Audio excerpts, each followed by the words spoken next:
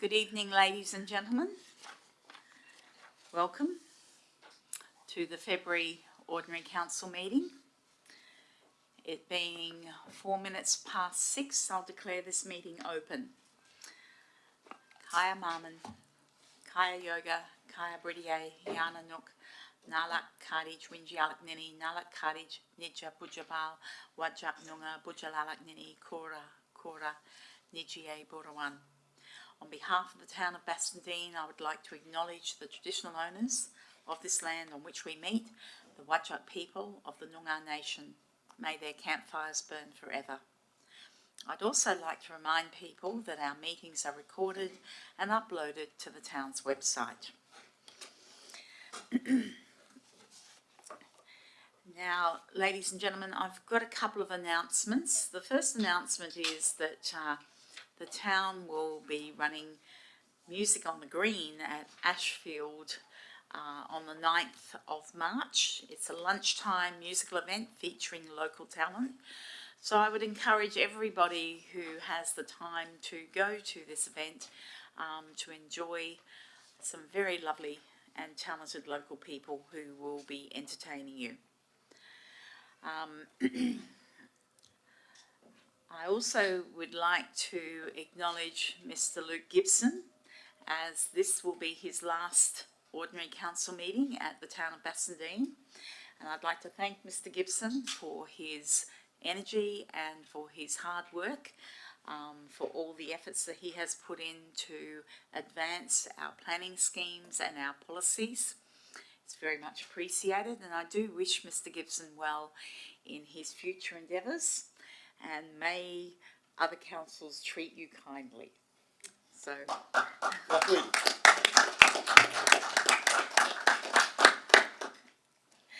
Now, also at this point, a little bit unusual, but I'm going to invite Mr. Gibson to share some information in respect to dialogue that has come from Minister Carey's office today.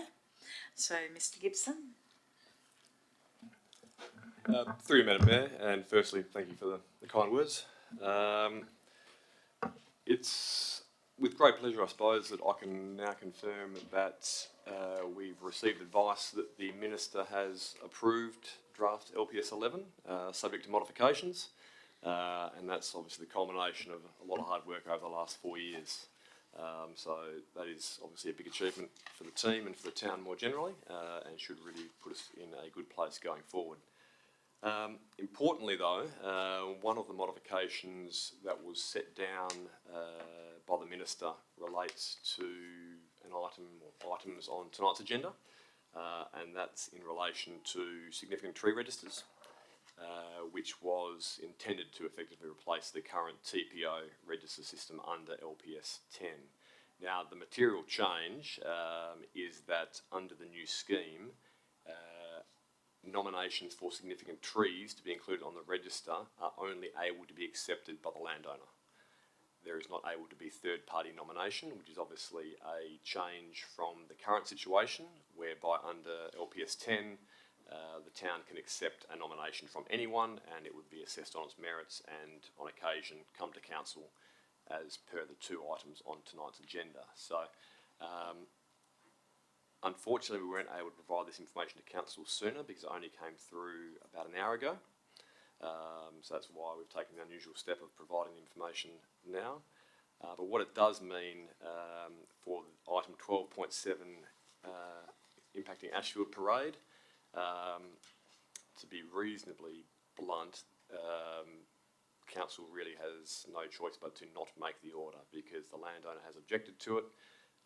If council makes the order, it will effectively be struck out once we transfer from LPS 10 to LPS 11, and it would have no further validity. So, for that reason, and the reasons contained in the officer report, of course, the recommendation is still to not make the order.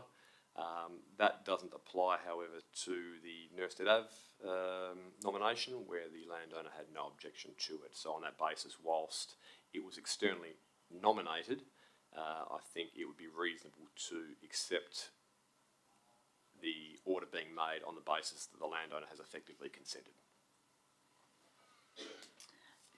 Thank you, Mr Gibson. Okay, councillors, we'll move on to item 3, attendances, apologies and applications for leave of absence. I don't believe that we have any apologies for tonight. Councillors, do I have any applications for leave? No? Okay. So, councillors, I'd ask if there are any declarations of interest on any of the items on the agenda. No? Okay, this brings us to presentations and deputations. Now, I have one deputation from Alex McKellar. So, Alex, if you'd like to come to the chair, if someone could turn on the microphone for Alex.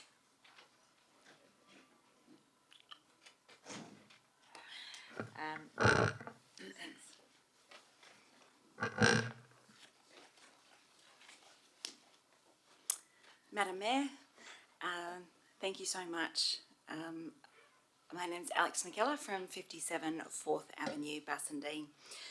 Good evening, councillors, and I thank you for the opportunity to speak to you tonight on item 12.9, Draft Local Planning Policy 13, Tree Retention and Provision. I'm a member of the Bassendean Tree Canopy Advocates and WATCA, and I'm proud to live in a community that has been a leader when it comes to taking action to enhance our urban forest. It is a great relief to see the town take the tree canopy crisis we face in Perth seriously in their early adoption of extensive tree planting, a significant tree register and tree retention policies. Over recent years, it's been encouraging to see the Bassendean Council consistently make decisions that reflect the value of mature trees in our town. Back in 2020, when Draft Local Planning Scheme 11 was endorsed for advertising, the Council unanimously voted to include clauses that gave protection to mature trees. Disappointingly, these clauses were later required to be removed by the WA Planning Commission, thwarting the Council and community's efforts to protect our valued trees. Again, when Council endorsed the final version of the Draft Local Planning Scheme last year, it also made a decision that upon gazettal of the scheme, it would immediately pursue a scheme amendment that would deliver tree protections. We're still waiting on the WA Planning Commission's decision on the final version before the gazettal occurs, and there is no guarantee of success given Minister Carey's demonstrated lack of support for scheme provisions. It is also encouraging to see the town continue to display an appetite for protecting trees on private property by pursuing this policy in spite of recent attempts in other communities also being rejected by John Carey, the Minister for Planning. Perth is in a canopy crisis. Our city already has the lowest tree canopy of any Australian city, and it continues to decline as mature trees that have taken decades to grow are cleared unnecessarily and without consequence. 80% of canopy loss is occurring on private property. In Bassendean, we have a target of achieving 30% canopy coverage by 2040.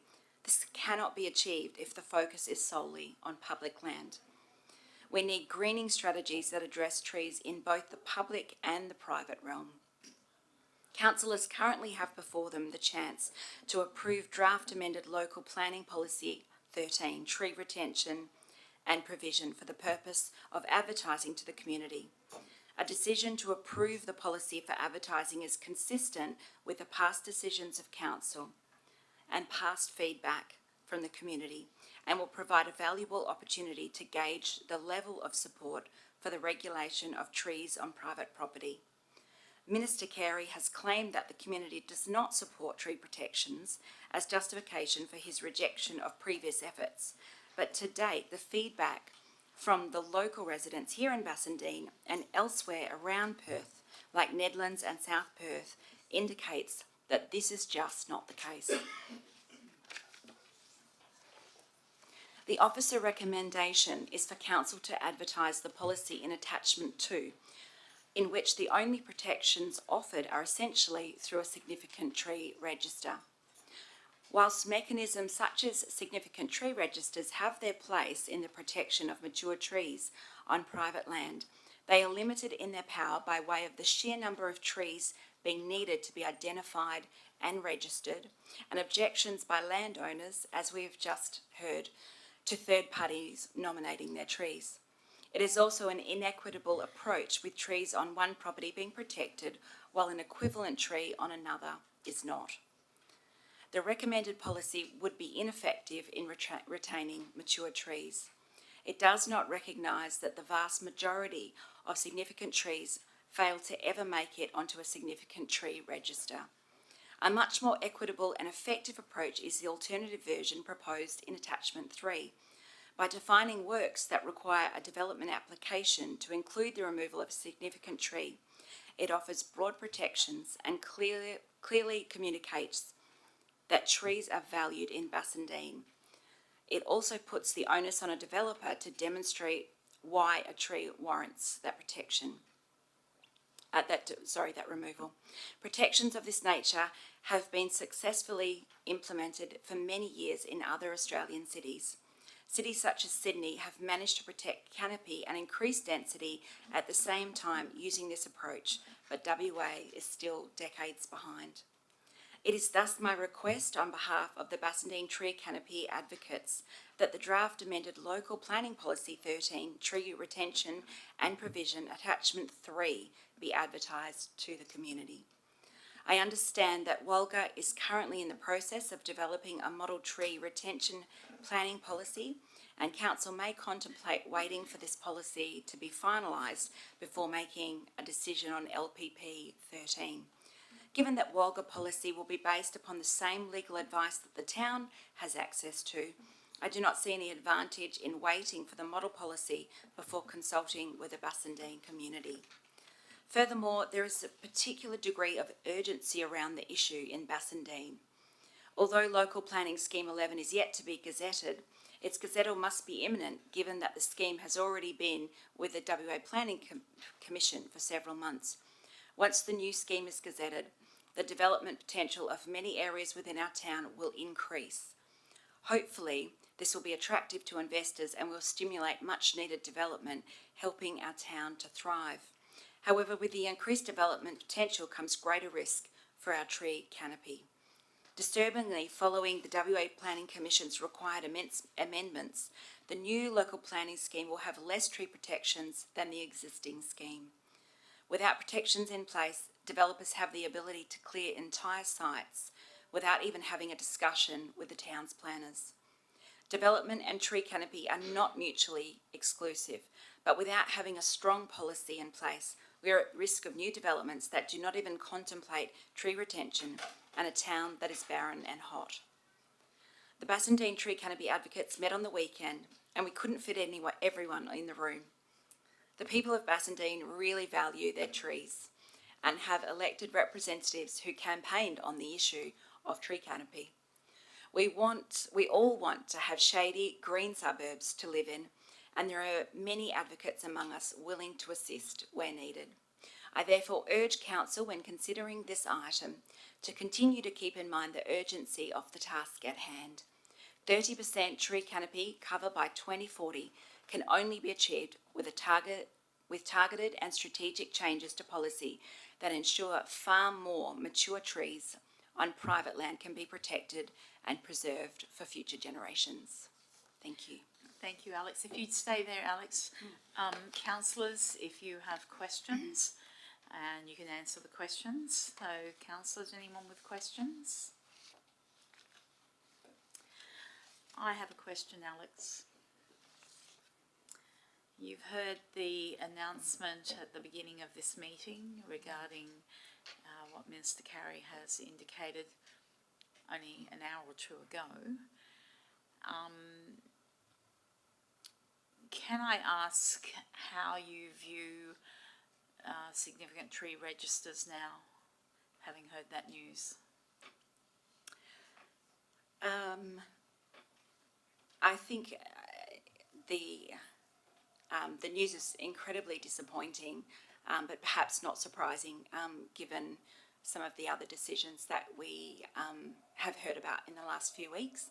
I think it's really important for us to understand that that tree registry now is only effective for street trees and public places, which is 36%, sorry, of our cover in the town of Bassendean. There's still 36% of cover on private land, and that 36% is entirely vulnerable right now without putting out this policy for gazettal as attachment 3 instead of attachment 2. Councillors, further questions? Councillor Jermaine Burke and then Councillor Polifka. Thanks. Alex, thanks for the presentation. Can I just check those Councillor numbers? Burke, could you speak into the Sorry, microphone? can you hear me? Yes. Okay, thanks for the presentation. Can I check those numbers with you again on what percentage is on private property versus public? My understanding is it's exactly the same. So 36% on private property and 36% on open space. Okay. And do you know where the remainder is of that 15%? So you're saying 36% of the total 15% is on private property and then public property. And do you happen to know, and if you don't know the answer, that's fine, it's just do you happen to know where the remainder is? I actually don't, sorry, no. Thank you so much. Cheers. Thank you. We could refer to Ms Davey. Thank you, through the Mayor. So there's 36% on residential land, 36% on parks and rec. Road and rail corridors has 14% and public purposes 14%. And that's based on the 2020 canopy data.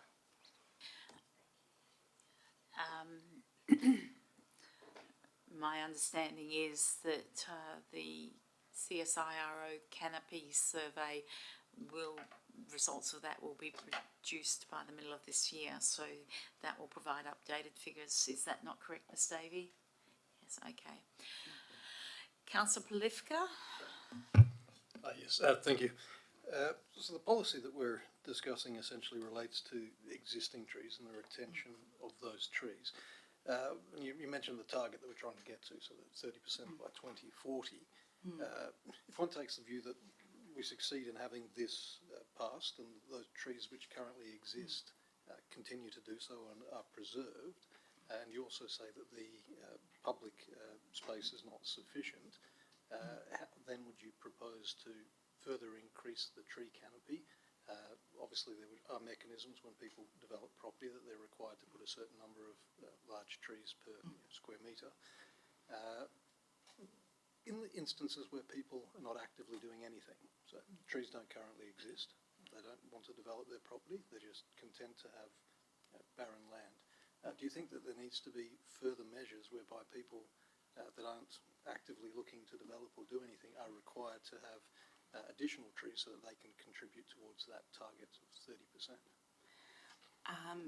I think that would be a wonderful idea. I think certainly it relies on continued education, and certainly I think it's, one bite of the elephant at a time. So that certainly would be something that the Bassendean Tree Canopy advocates would be looking to advocate for in the future. Right, thank you. Thank you.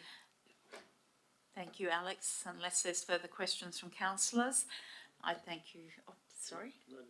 Yes. Through you, Madam Mayor. Thanks, Alex.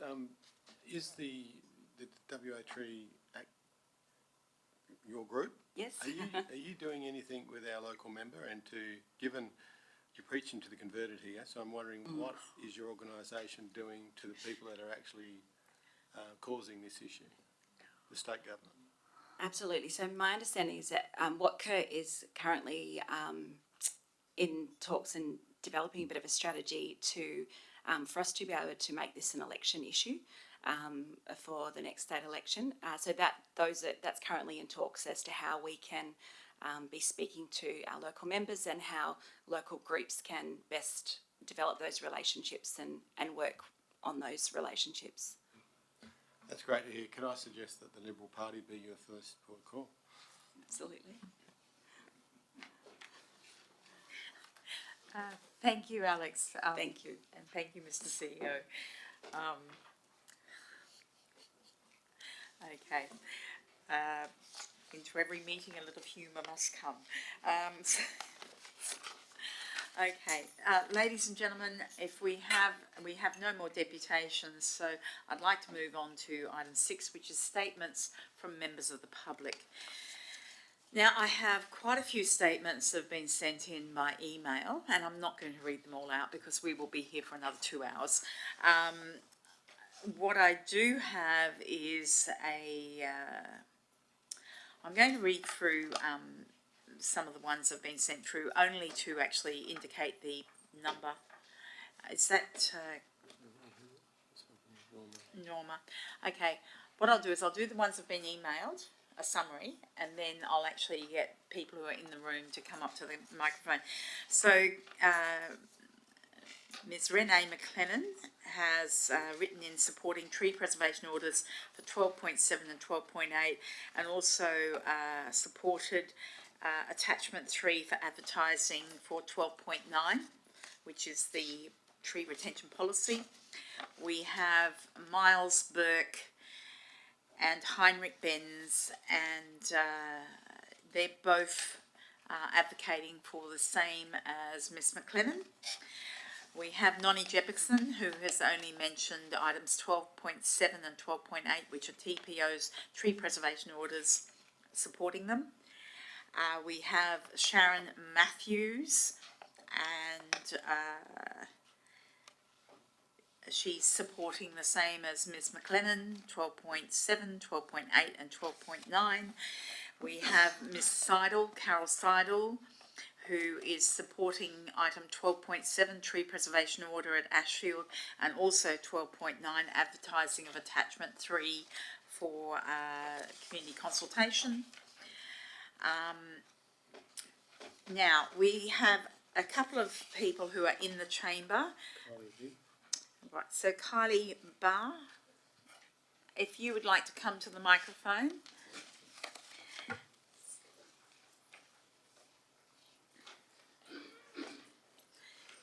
Okay. Welcome, Kylie. Hi.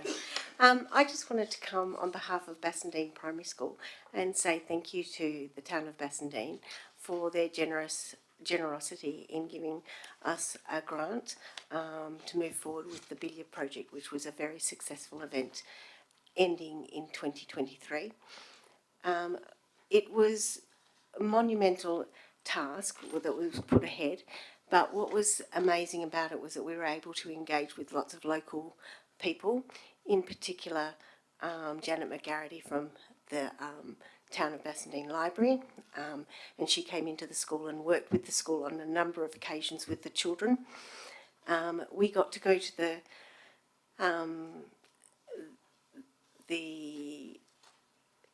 I know what it is. It's the Pensioner Guards Cottage, and we were able to have people from the Historical Society come there and actually go through that place with our students, and we were able to enable the act of involving local artists Steve Barrick and Helen Kruger, who worked with our students, and your grant made that all possible.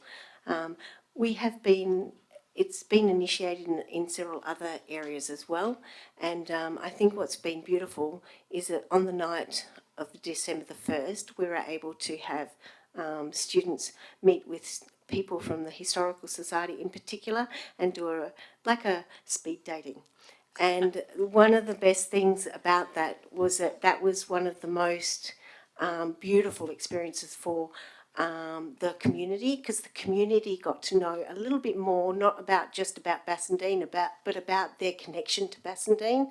And I've had lots of beautiful comments made by family members and by outside people who've said that was the best thing, was to connect with people who live here and know Bassendean really well and find out more about my heritage and where I came from, and just a little bit more about living here in Bassendean.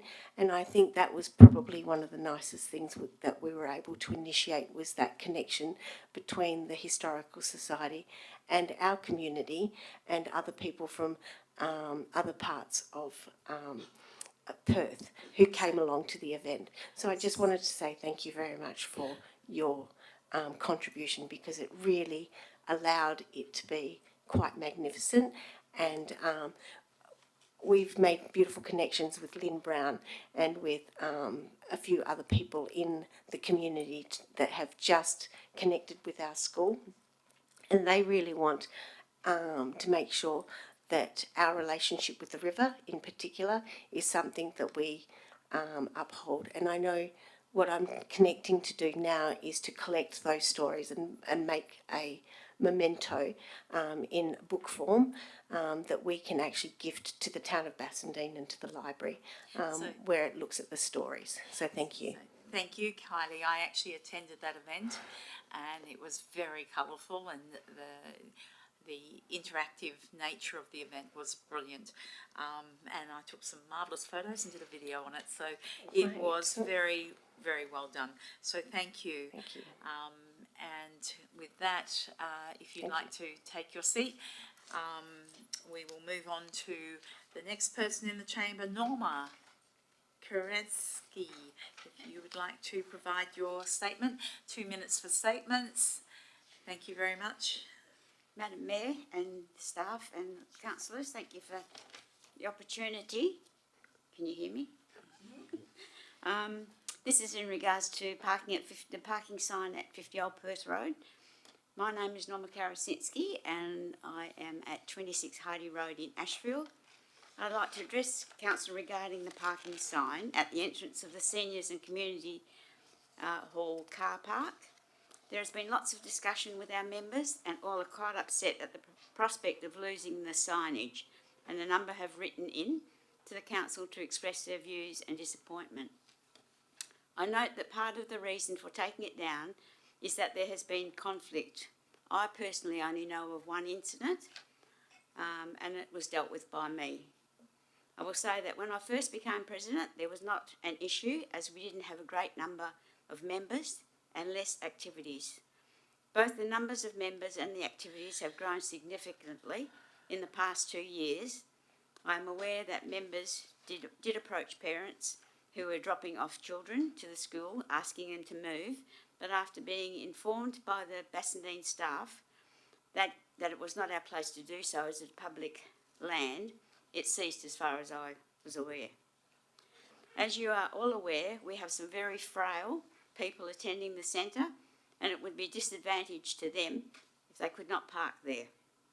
The main issue is in the mornings when we have the largest number of members attending activities, like this morning, 45 at yoga. Maybe the solution could be that the sign is replaced with hall parking only. I'm very concerned that the significant increase in seniors enjoying the comradeship, fellowship, mental stimulation and physical activities would be at risk of being compromised with no parking being available to them. Currently we have 180 members and there's 15 to 20 non-members that attend regularly. Thank you. Thank you, Norma. Now I have Lynn Brown, who is providing a little bit of a statement. Now, here comes one of the frail ones. Sorry, this is me. The people that know me know I've got a sense of humour. The people that don't know me, look out. No. Okay, where's the microphone? Glasses. Where's Jenny? Jenny's sitting there going, oh no, not you again. Okay, my name's Lynn Brown.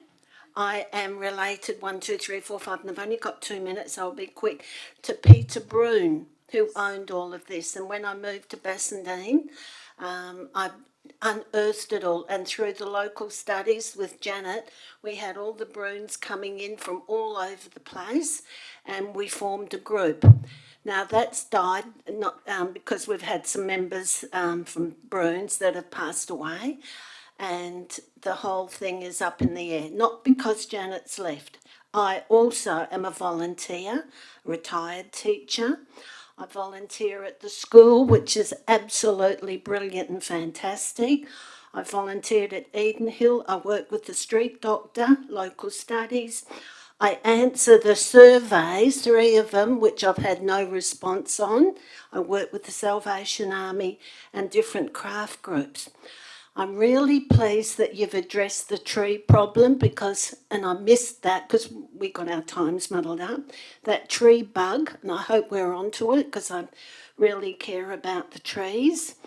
I've come along to talk about what we do, but also congratulations, Bassendean Council or whoever. And I read in Facebook that you won a prize on the Gold Waterwise. Have you addressed that? No? Okay. No, I don't, Catherine, I don't know how formal this is, but that was great. When I went to phone today, nothing to do with this, trying to get through the Bassendean telephone system was absolutely hideous today. And I think, and I'll write a note and send you a little duva.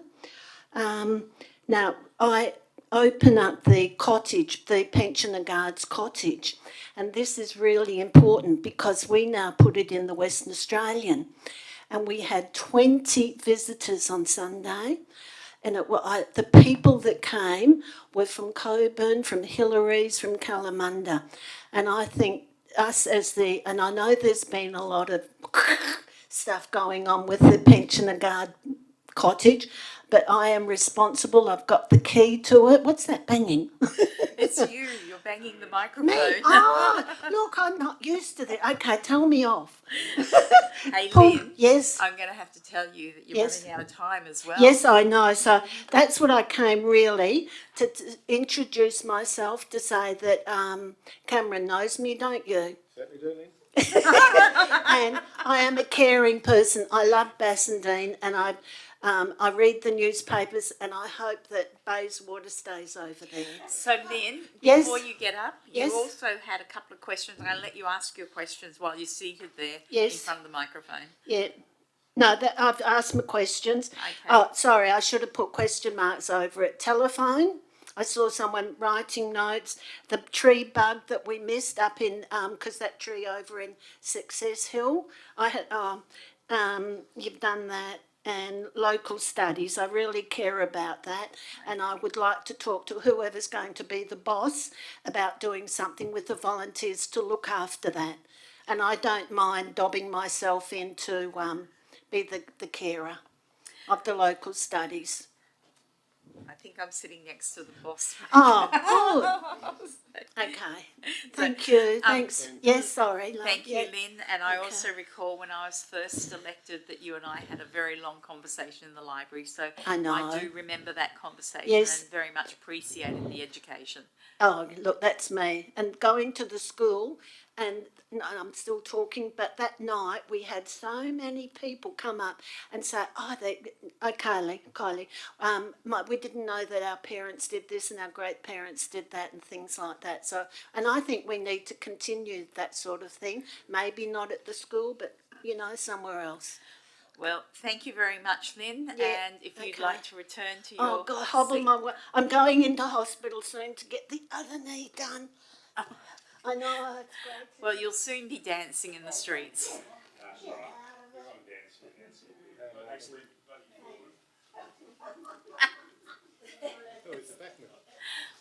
Okay, ladies and gentlemen, before we leave statement time, if there's anybody else who'd like to make a statement, please raise your hand and come to the microphone. No? Okay, we'll move on to public question time. Now, Lynn has already asked some questions. I do have some questions here from Mr. Yates. Mr. Yates, you're in the chamber. Would you prefer to ask your questions?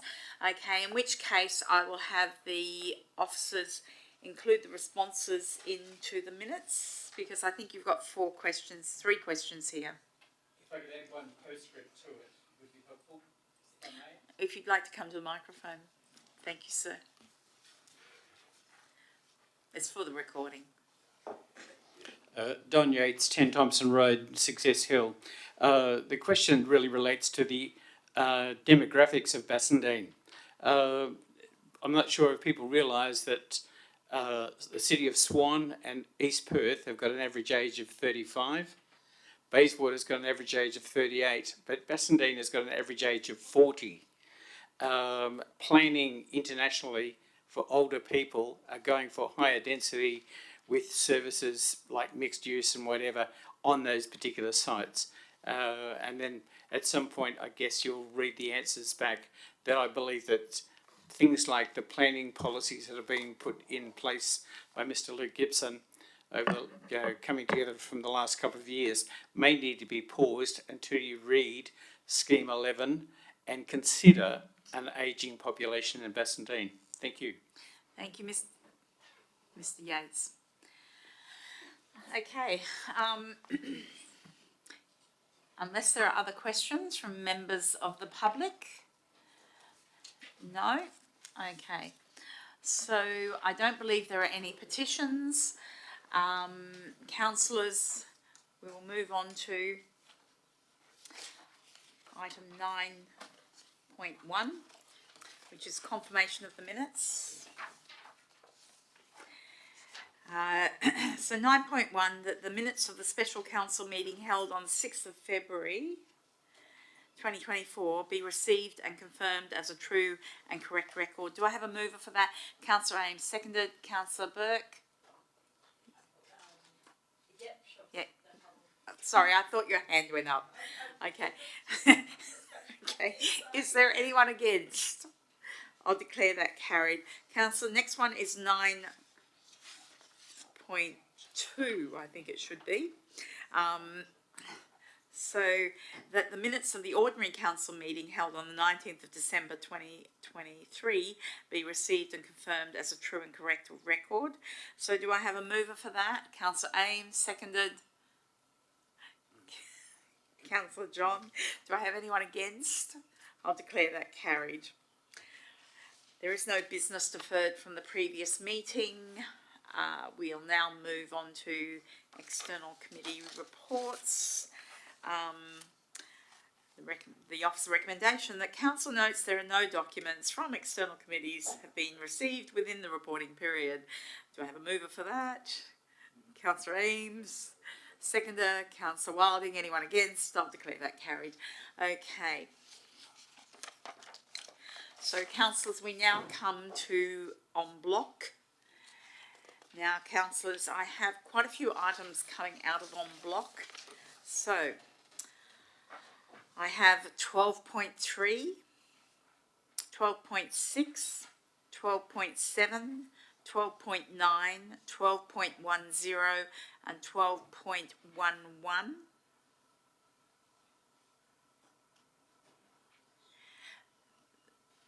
Sorry, just a quick question, Councillor Carter. Was it 12.11 where you had a slight amendment? Okay. Councillors, sorry, I might have got confused there. Is there anyone who wants 12.11, which is the draft public open space strategy, pulled out of en bloc or left in en bloc? Anyone who wants to pull it out? Otherwise, I'll leave it in there. Okay. Councillor Burke, I can't tell whether you want it pulled out or not. So leave it in en bloc or pull it out? Leave it, okay.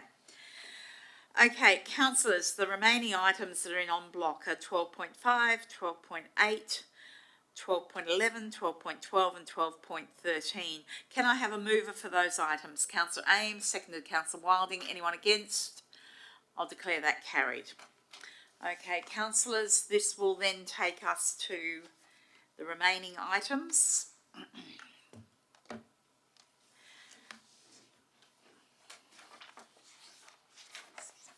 Okay, councillors, the first item is 12.2, the monthly financial reports for December 2023 and January 2024. Now, I will ask Mr. Paul White, who has a comment on that item, before we proceed. Thank you very much, Madam Mayor. Regrettably, there is an error in the report that I just wanted to bring Council's attention to. It's on the top of page 16 in the agenda, and it relates to the table dealing with the Caledonian Soccer Club veranda. It wasn't intended by Council for the budget to actually increase. It was just intended for what was initially going to be the contribution by the club to come from the town's reserves. Consequently, the amended budget that currently shows 96,400 should be 69,000, and the budget movement that currently shows 27,400 should be nil. And the second comment, through you, Madam Mayor, is that resolution 4, or officer recommendation 4, sorry, is not required, as council made that decision in December. Thank you. So just to be clear, councillors, when you're voting on this, point 4 of the officer's recommendation will be removed, so we're not voting on that. Is that your... That's my recommendation. Thank you, Madam Mayor. Okay, any questions on this item?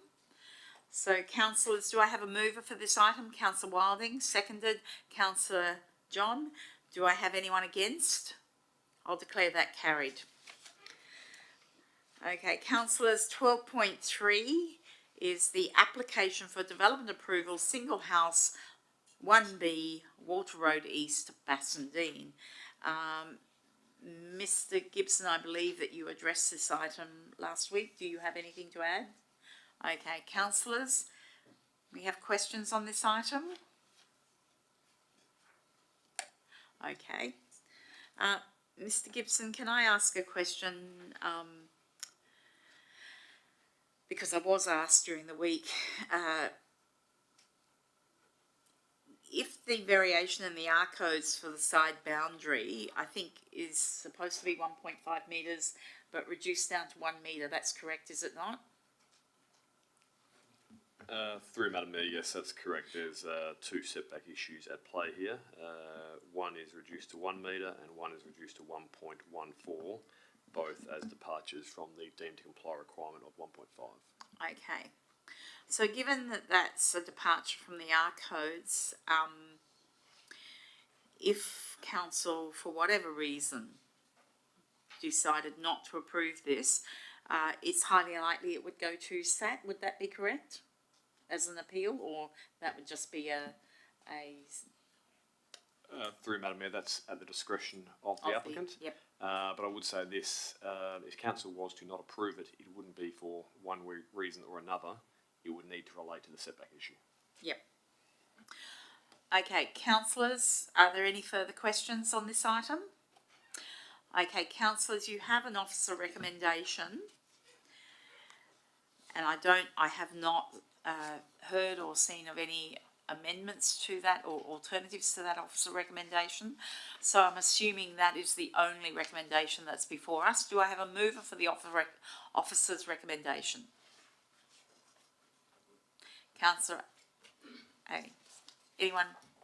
Councillor Wilding, seconding. Anyone against? I'll declare that. Councillor Burke, if you have a question or if you please. Sorry, Madam Mayor, is it too late to ask a question? No, you may ask a question. So I know the building application, did it have a 7-star building rating? I'll get the officer to answer that. Through Madam Mayor, yes, and that was the basis for conditions 1 and 2 in the officer recommendation. Okay, and so the boundary's been moved by 0.5 metre on the same side where it's got proposed 8 aircon units. Is that? Through Madam Mayor, can you repeat the question? Yeah, sorry. I think it's the setback that you're talking Yeah, about. it's a setback, sorry. The setback. Just wondering how that works with the 8 aircon units that are being put on that setback.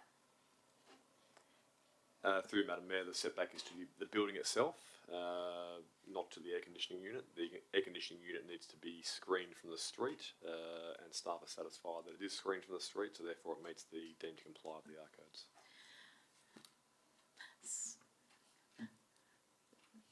Okay, Maybe I think Councillor Burke is just seeking, okay, so correct me if I'm wrong, I'm trying to interpret here. The Thank you. setback in the R codes is normally 1.5, but the setback as proposed by the developer is variable at 2 points, 1.14, I think you said, and 1 point something else. So that's the only variation to the setback. Whether, and again, Mr. Gibson, you can correct me if I'm wrong, if our proponent is putting air conditioning units on that wall, the only variation would be the setback. It actually is not relevant to the air conditioning units. Is that correct? Through you, Madam Mayor, broadly, yes, that's correct. The setback is calculated to the building proper. The issue with the air conditioning units is typically noise, and that's regulated under the council's local law, as well as the environmental protection noise regulations. So it's not considered an issue. Okay. Councillor Burke, Councillor Polifka had his, yes, Councillor Polifka? Yes. So I guess that probably a follow-up question is that within those regulations controlling how loud the unit can be, as heard from a neighbouring property, that even with the diminished setback, you would still believe that possible for them to achieve that noise attenuation? Through you, Madam Mayor, yes, and if it doesn't achieve the required noise levels, the town is able to act. And I suppose the other then concern with the setback, often when the setback is not as it should be, you get overlooking or overshadowing issues. Are there either of those present in this instance? Through you, Madam Mayor, no, it complies with visual privacy and solar access. The only design principle assessment is in relation to the site setback. Councillors, further questions? Okay, so we had a mover and we had a seconder. My next question is, do we have anyone opposed? If we have no one opposed, I declare, I'm actually going to ask for a show of hands. Everyone in support of this, raise your hands. So I have Councillor, okay, it's carried unanimously. Okay. Remember that fence has been moved, Councillor Burke? So you're 400 mil on the wrong side of it.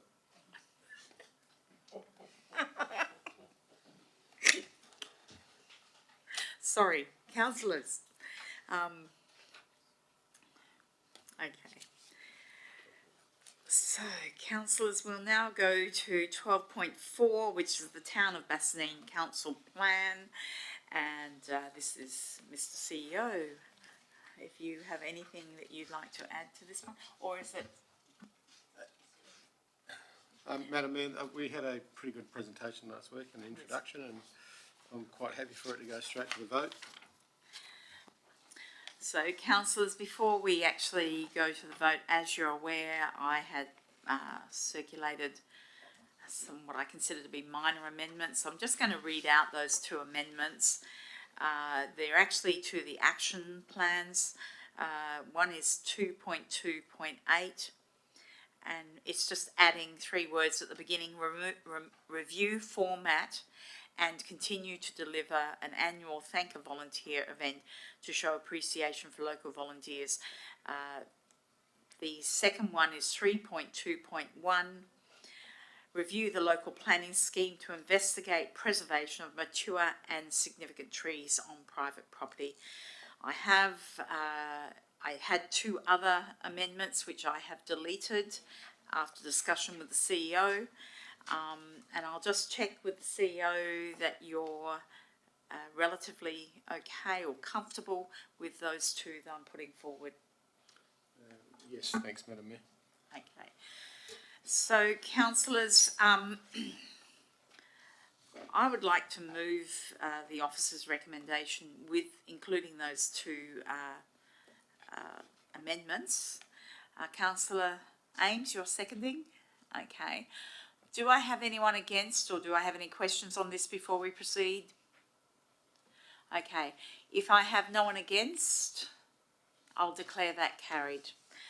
So, councillors, we'll now move on to item 12.6, Town Centre Area 2 Parking Review. Again, this was fairly comprehensively covered last week, but I am aware that one councillor was not here last week, so I will ask there is any additional information to be conveyed on this. I think the report's fairly clear. And are there any questions before we proceed to asking for a mover and a seconder? Okay, so again, we have an officer's recommendation, but we also have a amendment which Councillor Ames, there's two items there where you wish to retain the existing status quo. Do you want to read out what those two items are? The rest of it is as per the officer recommendation. Yes, thank you, Madam Mayor. It's the 2 points regarding one on Whitfield Street, where I would propose to retain the existing motorcycle only bays outside of 89 Old Perth Road, and also looking at the 50 Old Perth Road Seniors and Community car park to retain the existing signage that is currently there. And as you've identified, all other points there are all as per the officer's recommendation. Thank you. So, Councillor Plivka? Yeah, happy to second that. Okay, so Councillor Ames, you're moving the officer's recommendation with those two amendments? Yes, thank you, Madam Mayor. And Councillor Plivka, you're seconding? Yeah, if it ain't broke, don't fix it. Okay, so councillors, do I have anyone against that amendment, those amendments, and that officer's recommendation with amendments? No? I'll declare that carried. Councillors, we'll now move on to 12.7, Proposed Tree Preservation Order 11, Ashfield Parade, Ashfield. Now, given that there has been some late information provided at the beginning of this meeting by Mr. Gibson, I'm assuming there are some questions from councillors. But Mr. Gibson, is there anything you wanted to add to this particular item before I open it up to questions from councillors? Through Madam Mayor, only briefly that even if we hadn't received the advice from the department today, the recommendation to not make the TPO would stand. However, we do have the advice, and that just simply serves to strengthen the recommendation that there is really no point in making the tree preservation order in this instance. So, Councillor Carter? In light of Minister Carey's comments and the fact that this is not likely to go through, why can't we just withdraw this item?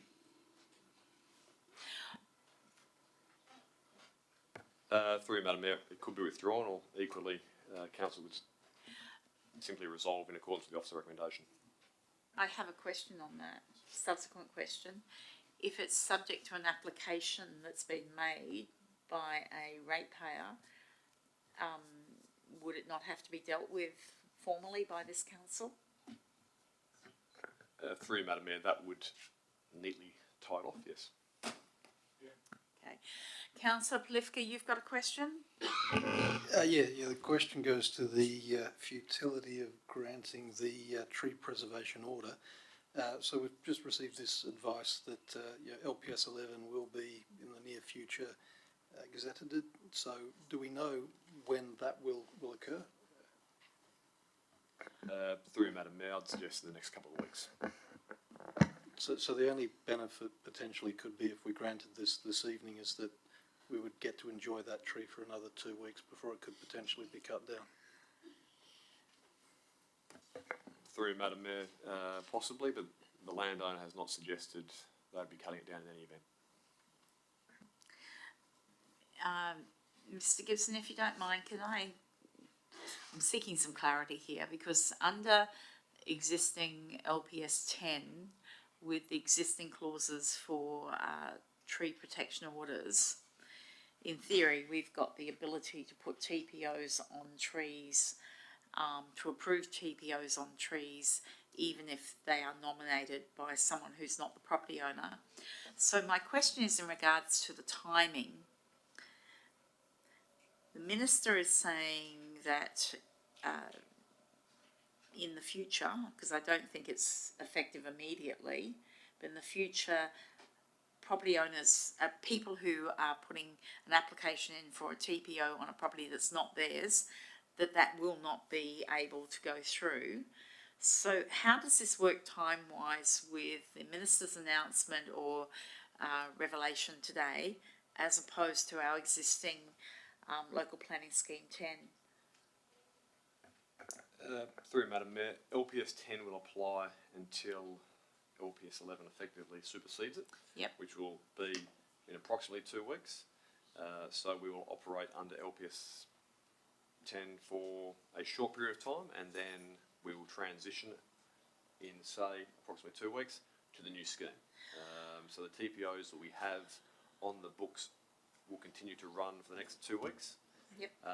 And then we will need to basically look to transition some of those TPOs into inclusions on the significant tree register, where the original TPO was in response to a self-nomination, we'll call it. Okay, so my reading of that, which I think you've made very clear, is that any existing tree preservation order, any of those trees that are on the current list, if they have not been supported by the property owner themselves, that they will fall away and no longer have tree protections. Would that be correct? Through Madam Mayor, precisely, yes. Councillor Ames and then Councillor Carter, or vice versa? Just to clarify, it's going to be a retrospective action. Through Madam Mayor, no, it wouldn't be retrospective per se, but what we would need to do in terms of managing the transition between LPS 10 and LPS 11 would effectively be an audit of the trees on the TPO list, and there aren't that many, to be honest. It wouldn't be a hugely onerous task to go back and see if they were self-nominated or third-party nominated. For those that were third-party nominated, then we need then to check whether the owner objected to it at the time. Again, not particularly onerous. And effectively what would be left to go on a significant tree register for what it's worth would be those trees that were self-nominated.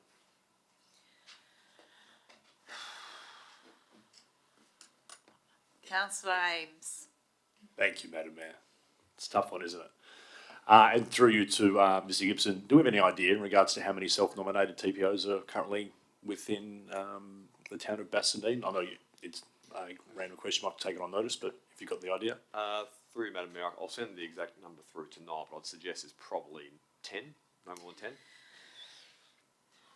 10. Okay, so subsequent question, Mr Gibson.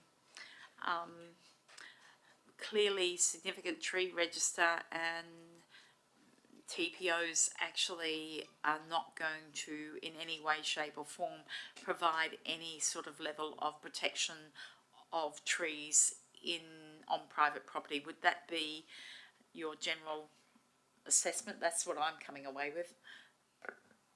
Through you, Madam Mayor, very astute observation. Yes, that is absolutely the case. I suppose this, whilst it's the an item about the TPOs, this really, I suppose, morphs into a discussion and a decision by council tonight on LPP 13, and whether this information sort of changes council's consideration of that. Obviously, will play out this evening, but certainly the significant tree register, I think, to be quite blunt, is of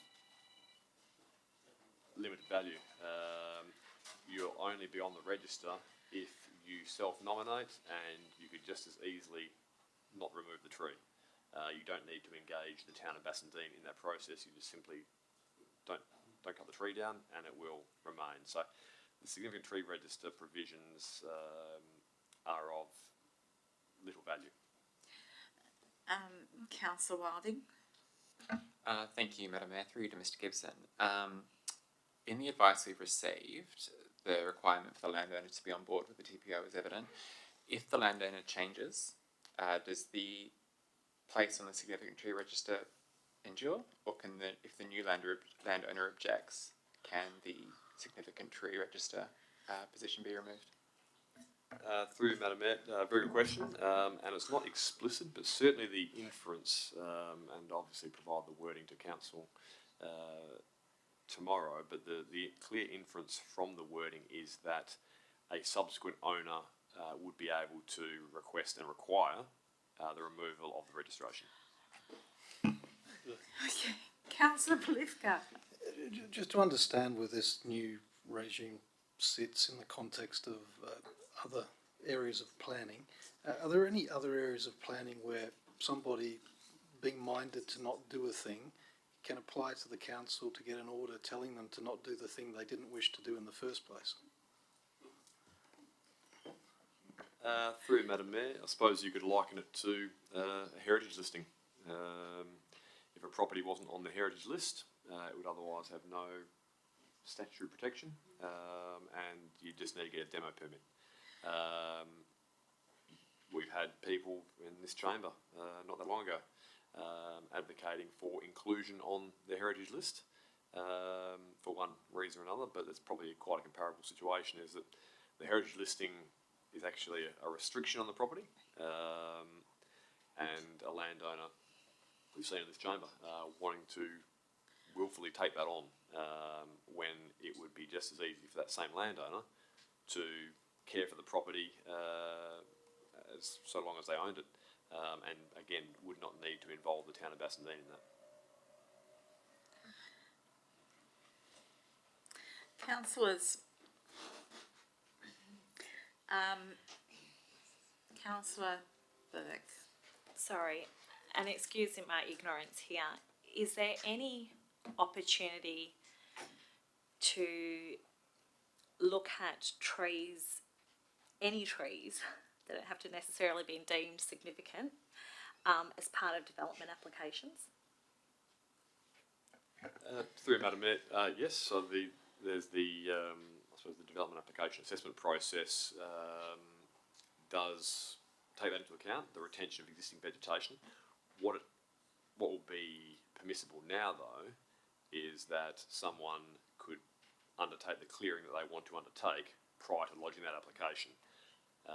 So that has been obviously the concern of this council and previous councils, where there's no restriction on the removal of trees ahead of time, and therefore when the application comes in, either the applicant is preparing an application that only has the trees they want to keep, or the property has been completely cleared. Obviously, as someone mentioned before, LPP 13 does provide for tree provision, and that will be a way of contributing to tree canopy going forward, with every application under LPP 13 required to provide relevant trees, one medium tree per 350 square metres. So there will be additional trees being provided, but that is distinct from the protection of existing mature trees that we now have. Councillor Burke, did you want to add, because you sounded like you wanted to add a question? Yeah, sorry, if I may. Has there been any discussion prior to my time regarding incentives for developers maintaining, I guess, mature trees? Through Madam Mayor, yes, a report was put to Council in November last year for Council's noting, and from memory, Council added a third part, perhaps, that wanted it to form part of the budget discussions for 24-25.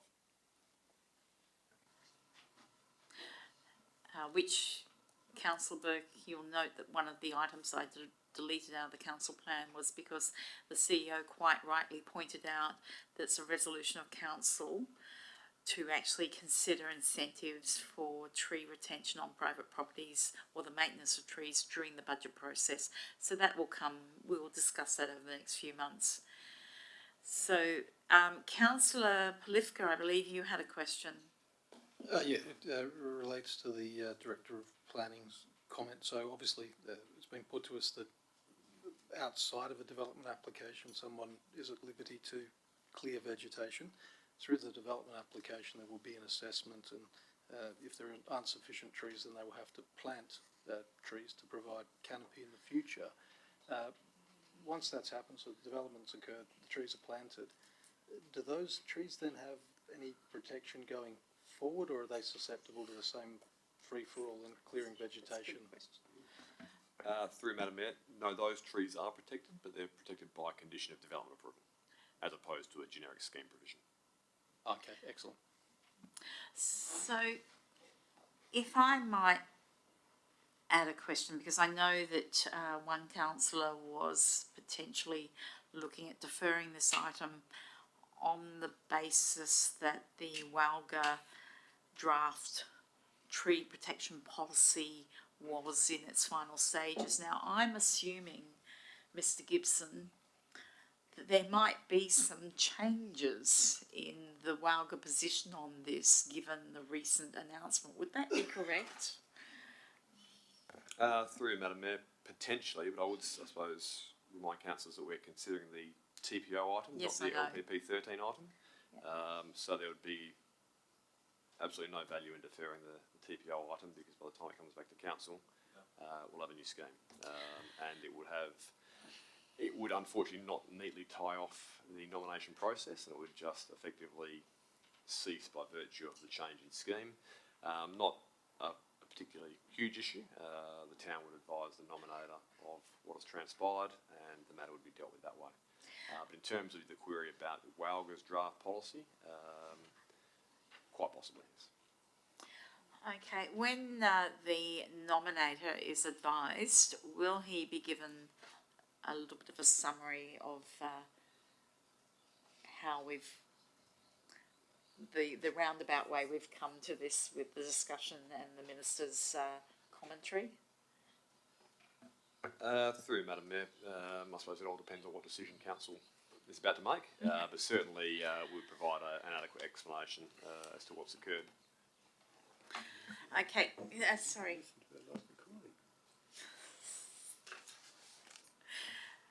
Councillors, okay, we've, Councillor Carter. No, just quickly, this is a question for governance. If there is only one way to vote and no other, is this a reason for not having the item voted on at all?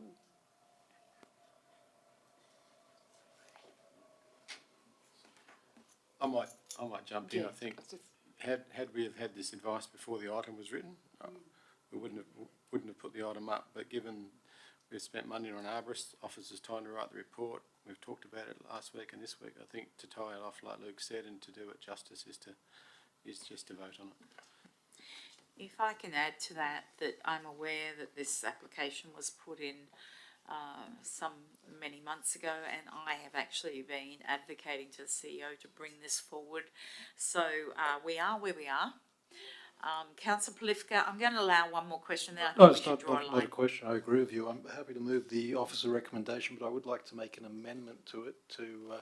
Please tell us what your amendment is, sir. So it's the officer's recommendation, but the first point would be that the council acknowledges that the gazettal of LPS 11 is imminent, and under LPS 11 an application of this sort would fail. That's simply the acknowledgement that we'd put at the outset. Okay, so can I just check that the staff have that, or would you like it repeated? Yes, please repeat that. I'll try and make it the same. The council acknowledges that on advice of the Minister of Planning, LPS 11, the gazettal of LPS 11 is imminent, and under LPS 11, this application would necessarily fail. We do have the recording too, so we can. And if that's the first point, I'm then happy to move the officer recommendation, which is to not grant the order. Okay, so... Don't want to, but I think that's where we are. So, councillors, we have Councillor Polifka moving an amended officer recommendation. Councillor Ames is seconding, I believe. Just noting that Councillor Carter is absent from the chamber for this vote. She's been absent for a minute or two. I'm still going to put it to the vote. All those in favour of Councillor Polifka's. So I'll declare that carried somewhat reluctantly, but here we go. And thank you, Mr. Gibson, for answering all our questions. The variety of questions was quite significant. Okay. Councillors, we now move on to item 12.9, draft amended local planning policy 13, tree protection and provision. So, Mr. Gibson, would you like to add anything to this one? Through Madam Mayor, probably not a great deal. I imagine there'll be some questions coming my way, which is fine. But what we've got here for council's consideration is a review of the draft policy, and obviously we're doing that safe in the knowledge that LPS 11 was approaching. As it's turned out, it's quite a bit closer than we thought when we drafted the report. But in any event, the policies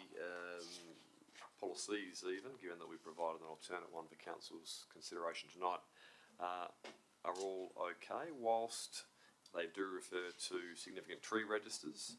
The bottom line is that the efficacy of the clauses notwithstanding, under LPS 11 there will still be a significant tree register function, so it isn't inappropriate that we would have some sort of assessment criteria in the policy. I wouldn't expect it would be getting used all that often, given that obviously nominations are now limited to self-nominations, but it's still good practice to have that criteria contained in the LPP. So the staff recommendation is to proceed with option 2, but obviously very much aware of council's view about trees on private property, and that's not just this evening. That's been a constant theme coming through from council over the last 4 or so years. So on that basis, we have prepared a draft alternate for council's use, if it so chooses, and that policy is really quite impactful, or has the potential to be quite impactful.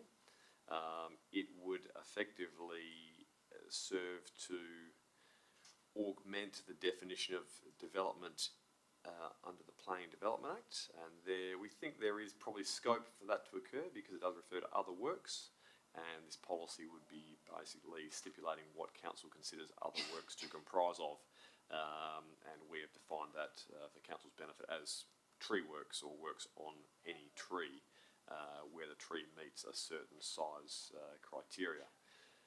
What it would mean though is that if council adopted the policy tonight, advertised it and adopted it again later in the year for final approval, it would mean that it's council's policy that you need a development approval before you cut down a tree greater than 8 metres or greater than a canopy of 6 metres, as per the criteria in the policy. That would still need to be ultimately tested in an appropriate court, and that will only be done in response to someone removing a tree without an approval the council contends is required. So this is effectively uncharted waters for planning in WA. We've done a lot of research in other local governments and we can't find anyone else that has done this. So it really has the potential to be quite impactful and at the forefront of tree preservation on private property. But it is not without risk, of course, because it quite plainly flies in the face of the commentary from the Minister that we're all well aware of. So if Council wants to pursue option 3, or the attachment 3, sorry, it's certainly able to for the purpose of the public consultation, and that is not a huge risk because it will also enable Council a subsequent decision. So advertising something for public comment is not a complete commitment to it. It's just simply letting it out to the community to take feedback, and there might well be merit in doing that because there seems to be a lot of different views about what the community thinks about trees on private property and the controls around them, and this would be a means of actually setting that straight one way or another. So it could actually be quite a valuable consultation exercise, but again, not without risk given the Department and the Minister's views are quite clear. But it is open to council to go to that path if it so chooses. So, thank you, Mr. Gibson. Councillors, I have Councillor John who'd like to ask a question, followed by Councillor Carter. No? Councillor John, you've got the floor. What capacity does the town have to track trees on private property that are over 8 metres?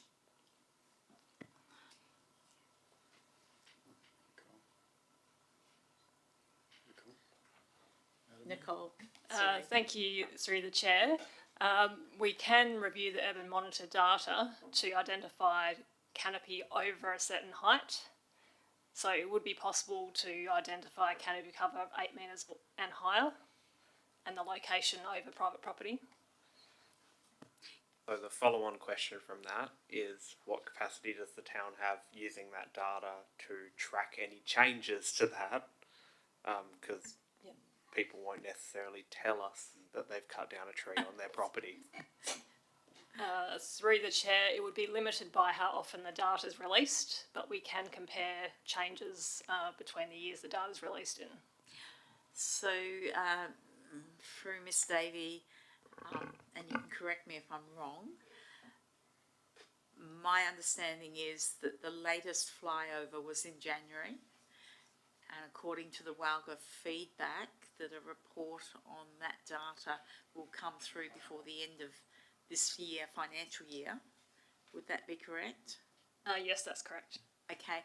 Am I also correct, having read the feedback from Walga, that the data through this current flyover will be far more detailed than what was 4 years ago?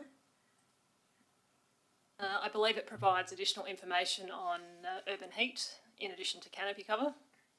Okay. Thank you for that, Ms Davey. Okay, Councillor Polifka. Yeah, just following on from Councillor John's question, so we're not proposing to, I suppose, actively monitor, but if the community were aware of their ability to, I suppose, report that conduct, that is how it would be policed, in the way in which I suppose most development type things are, where it's a neighbour that sees something and reports that to the local council. Through Madam Mayor, broadly that's correct. Most local governments, unless they're sort of incredibly well resourced, undertake compliance in a reactive manner based on community information provided to it. Going back to Councillor John's point about how we would ascertain height, whilst we might have access to these data sets, that is not therefore to say that it would be accepted by a court and a magistrate, and that the magistrate would accept that evidence as satisfying the burden of proof, which is the town's burden. So whilst we would have some data, whether it's robust enough to satisfy a prosecution action, again, that would need to be tested. Councillor John, and followed by Councillor Wilding. You say that it would need to be tested in court. Another concern I have is this likely to create neighbour disputes where they will take each other to court and not necessarily just the town? Through Madam Mayor, it may create neighbour disputes, but I suppose there's all sorts of different sources of neighbour disputes. I doubt we'd see a prevalence of neighbours taking each other to court. I imagine they would, in the normal course of events, one neighbour would report the other to the town and request that action be taken under the policy and under the Act, and therefore the town's looped into the process and will then need to decide whether it's in the public interest to actually undertake compliance action and ultimately prosecution action. So Councillor Wilding's next. Just before we move on, just to remind everyone that this item is about approval of a policy to advertise for the community for feedback. It's not approving the policy, it is simply to gather community feedback. So, Councillor Wilding. Thank you, Madam Mayor. And thank you, Mr Gibson, as well, for fielding so many questions on this. I'm sure you've not had a huge amount of time to prepare with the new information. You've spoken of the risk with regard to the town and any individual landowner, which we try to apply this policy over. But you've also spoken about the risk of this policy not being in line with the minister's or the department's position. Can you outline what actions the minister or the department might take in response to this policy if it's not in line with their views? Through Madam Mayor, on the face of it, there's probably not a lot the department could do, because it's effectively, it would ultimately be how the town chooses to undertake compliance relative to the Act, and the arbiter of that would be a magistrate, not the department or the minister. That said, I imagine the risk that's sort of being alluded to in the report is more reputational Obviously, the minister's been reasonably outspoken in terms of his view on trees on private property, and this would be the town hot on the heels of that, adopting a policy that flies in the face of his messaging, which isn't to say it's wrong, but it's just a risk that needs to be taken on board. But going to Madam Mayor's comment, at this stage it's simply for the purpose of advertising. This does not take council down a path it cannot backtrack from. It is simply saying, potentially, if council resolves to pursue attachment 3, is that it's testing community sentiment. And I think that in of itself would be quite useful, because like I say, we've had lots of discussions internally and with councillors over a few years about what we think the community thinks and feels about trees on private property, and we've made lots of assumptions based on relatively small data sets. I think if council resolved to advertise attachment 3, we'd get quite a good amount of feedback, and that would inform councillors and staff alike as to what the community really thinks about this issue, and ultimately puts council at the forefront of the issue, put the town at the forefront of the issue by leading the way in terms of undertaking quite meaningful public consultation on the issue. Thank you, Mr. Gibson. Councillors, we've Councillor Polifka.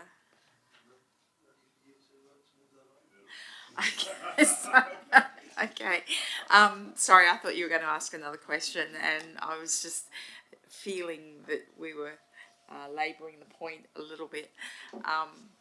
So, councillors, we obviously have the officer's recommendation, which is recommending attachment 2 be advertised. I've provided an amendment recommending, it's the officer's recommendation, recommending that we advertise attachment 3, the policy. I would like to move that. Councillor Polifka, you're seconding? Okay. Is there anyone against? I'll declare that carried.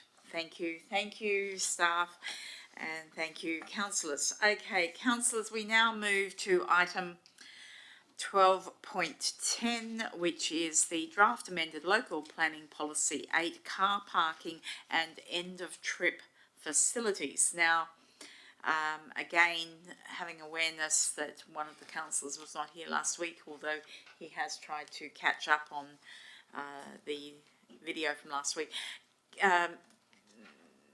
Mr. Gibson, did you wish to add anything to this particular one before I open it up to questions? Through you, Madam Mayor, only briefly to say that, again, this is brought to council because we're reviewing the policy in any event, and we leveraged off the information that was available from the department, and also quite mindful of the community's aspiration for a more vibrant town centre, which has been a feature of previous SCPs and CBPs, and also the now adopted council plan, and the view that potentially making it more attractive to develop in the town centre would be a good thing for the town of Bassendean and the community.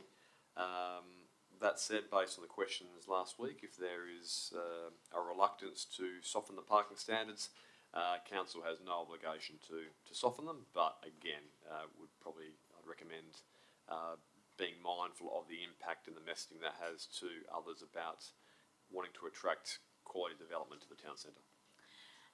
Okay, so councillors, if you don't mind, I would like to ask one or two questions. Mr. Gibson, noting the document that was the primary reference material for this item, I think I asked this question last week, that document is not yet collated. It's out for consultation with stakeholders, but that feedback has not yet been collated for that document, so it's still a draft document in the state government suite of documents, is it not?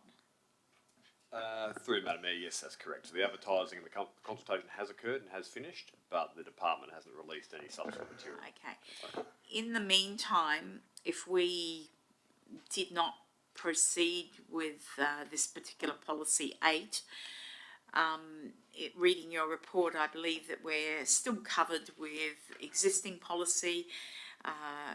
We're still covered with LPS 10, but also that will shortly be overtaken by LPS 11. So am I correct in assuming that until the strategic precinct plan is, or the structure plan is created, we have adequate policies in place at the moment that will dictate parking, which also, am I correct in assuming, could be varied by a council in the future if they so desired? Would that be correct? Through Madam Mayor, we have LPP 8 at the moment, which refers to local planning scheme number 10. Yes. So before too long, that reference will be incorrect, and we won't have a policy adopted pursuant to LPS 11. Whilst not ideal, I don't think it's a deal breaker because it is a policy that was adopted by council in the appropriate way at the time and would appropriately be used as the reference tool when assessing applications. Going to the second part of the question is, yes, even if the actual parking standards were left as is, which some might contend are a bit onerous, they can be varied application by application as deemed appropriate. Okay. Councillors, further questions? Okay, councillors, you have an officer's recommendation.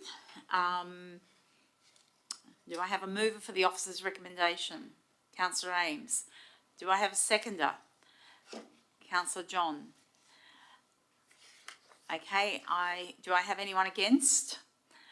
I am against, so we'll enter into debate. Councillor Ames. Do I have to address you, Madam Mayor, because you're against it? But anyway, through you and to everyone in the chamber. Hey, look, we've obviously had some information discussed by our departing planning officer, and look, I think there's a bit of contention in and around this situation regarding car bays, especially in our local town centre. I suppose it has been reiterated again that this is going out for advertising. We might have some feedback from the community that might be very much against what we are putting out for advertising, and I suppose it's at that point in time that we can make a decision as a council to accept that feedback or to change it or to act on it in a way in which we get some feedback. The community might say, hey, look, exactly what we're advertising is actually spot on. And we're only 7 people, within the room of a community of over 15,000. So I think let's put this out there. Let's congratulate the great work that our planning department have done. And look, if we are going to continually to, pump up, we need development in this town, well, there has to be some sort of red tape to be cut, and this might be a great opportunity for that to happen. So, yes, we are in the an opportunity where it could be, pressing a few red buttons, but I'm pressing red buttons tonight, and I'd like for this to go through advertising, get some feedback from our community. Councillor John? Yeah, just to agree with Councillor Ames and reiterate, I think it's important that we do send that message that we are open for business, and this is an opportunity to do that. Okay. So, councillors, I've indicated that I'm against this particular policy. The policy essentially goes to the lowest denominator of what is not yet a gazetted or ratified state government policy. It is a state government draft policy that's out for consultation.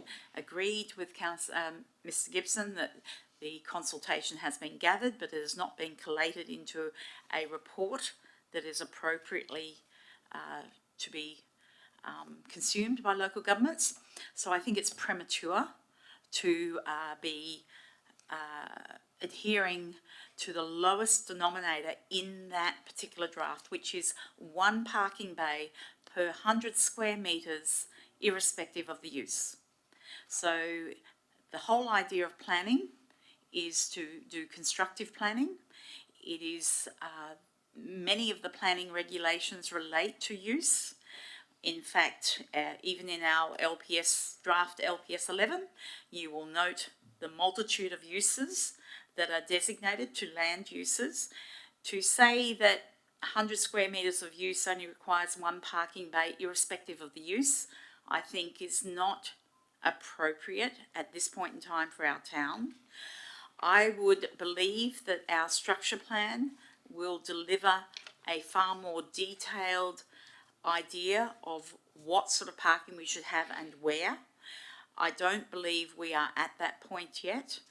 I have not created an amendment for this policy because I don't believe that this policy at this point in time should be adopted. It's not to be adopted, it's to be advertised, but even to be advertised as this, we all know that not everybody engages in community consultation. Now, we have multitudes of surveys have gone out. We have communities suffering what I would call survey fatigue. We have some things today that we have passed for advertising. Is this going to get lost in the rest of the advertising? Maybe, I don't know. But I would very much think that we need to have a more considered approach to parking within the town before we start thinking about dropping everything down to the absolute lowest denominator.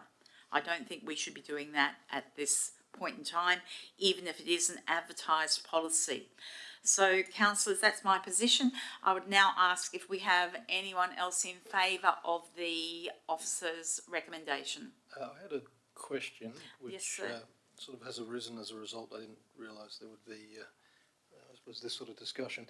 In terms of the one bay per 100 square metres, I just want to get an idea of what that actually means. And the Mayor has mentioned that that was towards the lower end of the spectrum of the state government documents. So I suppose I'd have two questions. One was, what is our effective rate at the moment? I mean, how many square metres per car bay under the existing policy?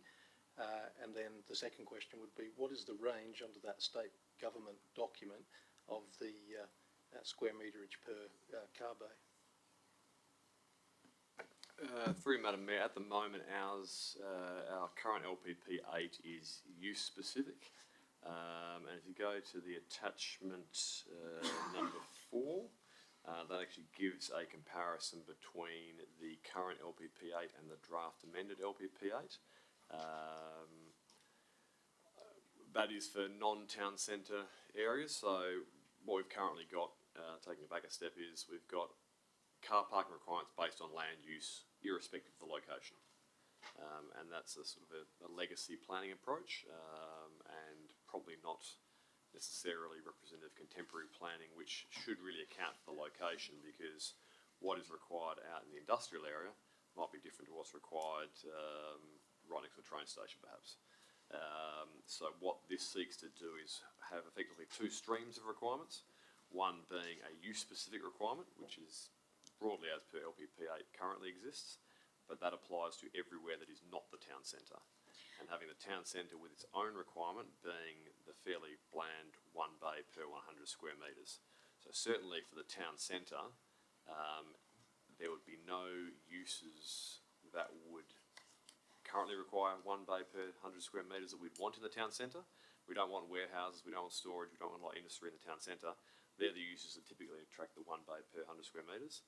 The uses we do want, taverns, shops, restaurants, those sorts of things, 1 bay per 100 square metres would be a softening of the standard. Councillor Plifka, you've got another question? Yeah, I mean, it is quite a difficult one that I do understand Councillor Rain's position, just trying to work out where the right medium is in terms of pulling that lever to encourage development, but at the same time to not have overcrowding. So that's just why I was wondering, were there other figures that had been discussed? So at the moment we're talking about 1 per 100 square metres.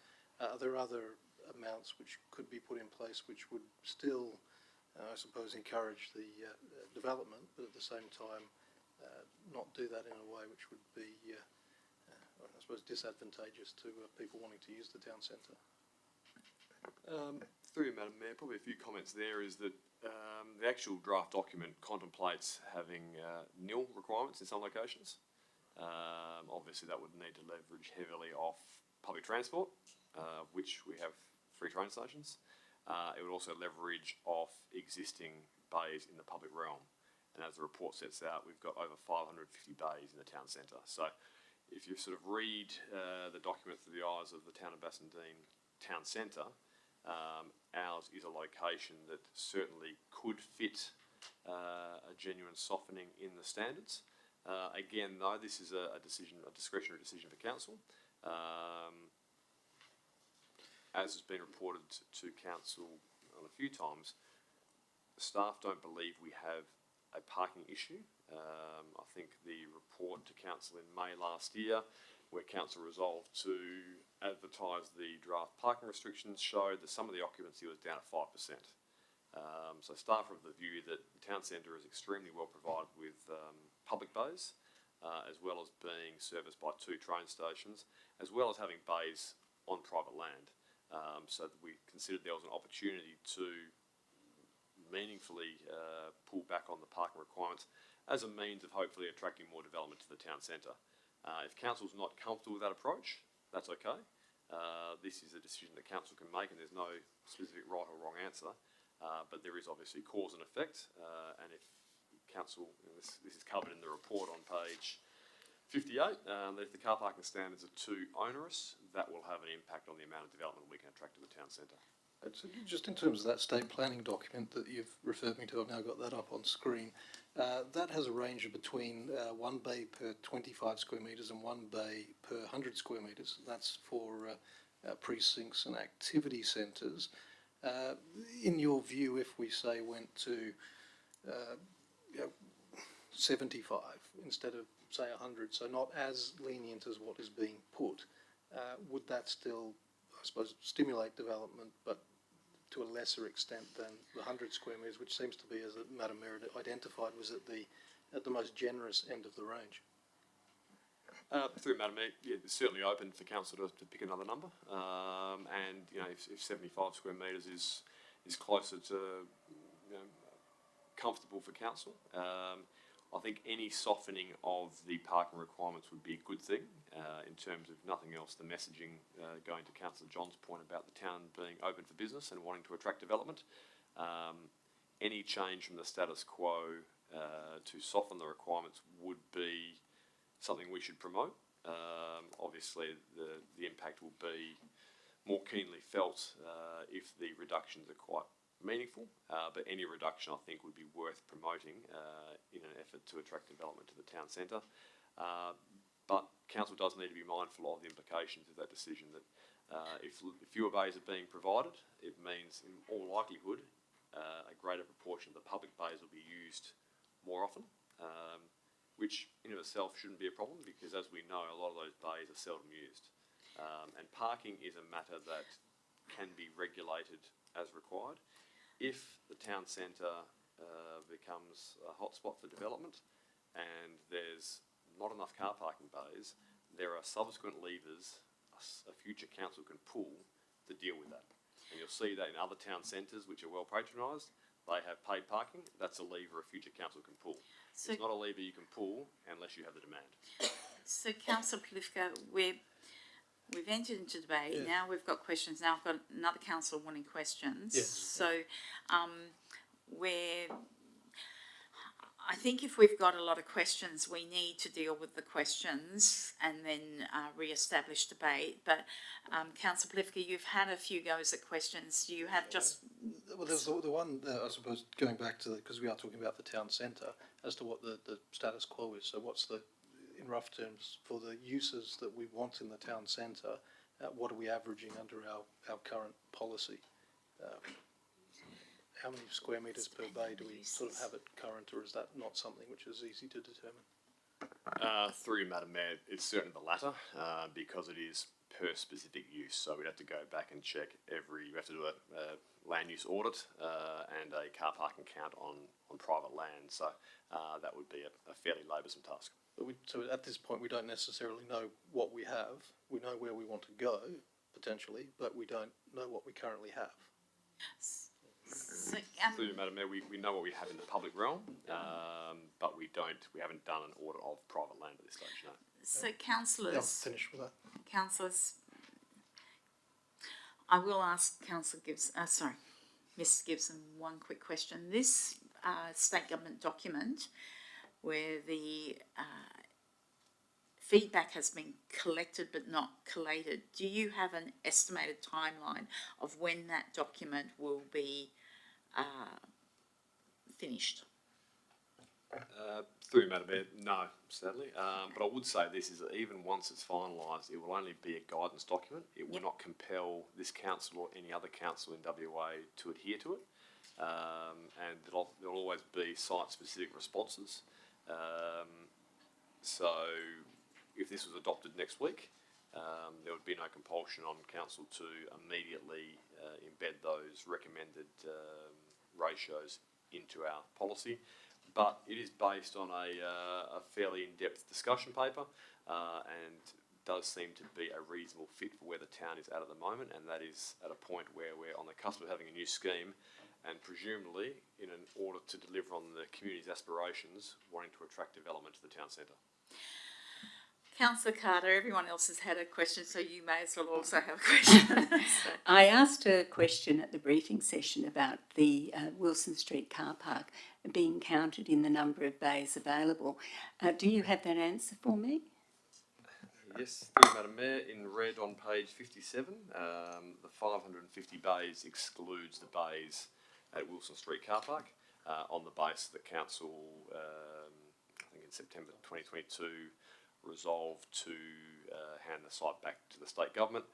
On that front, we are still receiving updates from the state, and they are still intending on releasing it for development purposes, but they are undertaking further review of the soil at the site. Councillors, It's not a question. Was going to ask the mover and seconder if they would accept an amendment that I have. Councillor Burke is entering the chamber again. Sorry. So as a result of the answers that I received to the questions, I'm wanting to move an amendment, which the amendment's very simple. It's just to change that from 100 to 75. So I would be asking the mover and seconder whether they would accept that amendment. So, Councillor Ames, you're the mover. Just all standard protocol. We're all good to that. Okay. Seconder, are you accepting Councillor Polifka's amendment? Just so I understand correctly, it would still be subject to the public Advertising. consultation. Yes. And then, pending that, we would then make a more informed decision. Yes. Then in that case, sure. Okay. Thank you. And, okay, so unless there are other questions, I'm going to reinstigate debate. So do we have any more questions from any councillor before we start debate again? Okay, so we've had the mover and the seconder debating for. We've had myself debating against. I'd now ask if we have anyone else voting for. Obviously, Councillor As a result Polifka. of that amendment, I'm now able to vote for it. I thought before it might have been trying to do things too quickly, so I was just wanting to take smaller steps and take a finer approach to it and make course corrections as and when we need them. So look, I certainly agree that we do need to stimulate development, but I want for us to find the happy medium where we're stimulating development, but we're not losing what makes the town of Bassendean so special. Okay, councillors debating against. Further councillors voting for or against? Debating for and against, sorry, not voting. Okay, councillors, I'm going to put that to the vote. All of those in favour of the amended officer's recommendation, which is 1 bay per 75 square metres for parking, irrespective of the use. Is that a correct summary, Mr Gibson? Yes, sorry. Now, I believe that's what Yeah, the it's council simply is getting. substituting 75 for the 100. Okay, so councillors, all those voting in favour of that amendment, please raise your hands. So we have Councillor Wilding, Councillor Burke, Councillor Polifka, Councillor John, Councillor Ames, all those against, Councillor Carter, Councillor Hamilton. So thank you, councillors. Okay, councillors, we'll now move to, item 12.11 was left in en bloc, so we'll leave that one alone. We go to 12.14. Now, 12.14, I proposed a minor amendment after discussion with Mr White, And Mr White, I believe that you're quite happy with the amendment I'm proposing because that corrects an error. Yes, through you, Madam Mayor, thank you. Okay, so councillors, unless you've got questions, okay, so I'll move the amendment, which basically is the officer's recommendation that council adopts the statutory budget review as outlined in this report and detailed in the attachments to this report, subject to the following correction being made, that the total budget cost for project number AB2401, listed as $96,400 in error, is amended to a total cost of $69,000. There's nothing else to add, Mr White? No, thank you, Madam Mayor. Okay, so is Councillor Ames, you're seconding? Okay, do I have, just noting that Councillor Wilding has left the chamber and will not be voting, so can I have, do I have anyone against this? No. Can I have a show of hands of everyone in favour? Councillor Burke, Councillor Blifka, Councillor John, Councillor Ames, Councillor Carter, Councillor Hamilton. I declare that carried. Okay.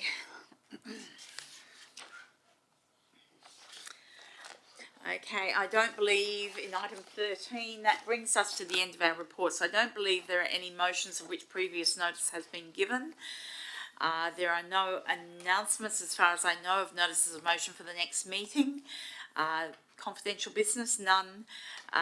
We now move to 17, which is closure at 7:50 p.m. And I'd just like to advise the community that the next briefing session will be held on Tuesday, the 19th of March, commencing at 6 p.m. And the next ordinary council meeting will be held on Tuesday, the 26th of March, commencing at 6 p.m. I'll declare this meeting closed, and if we could just check that the recording is off.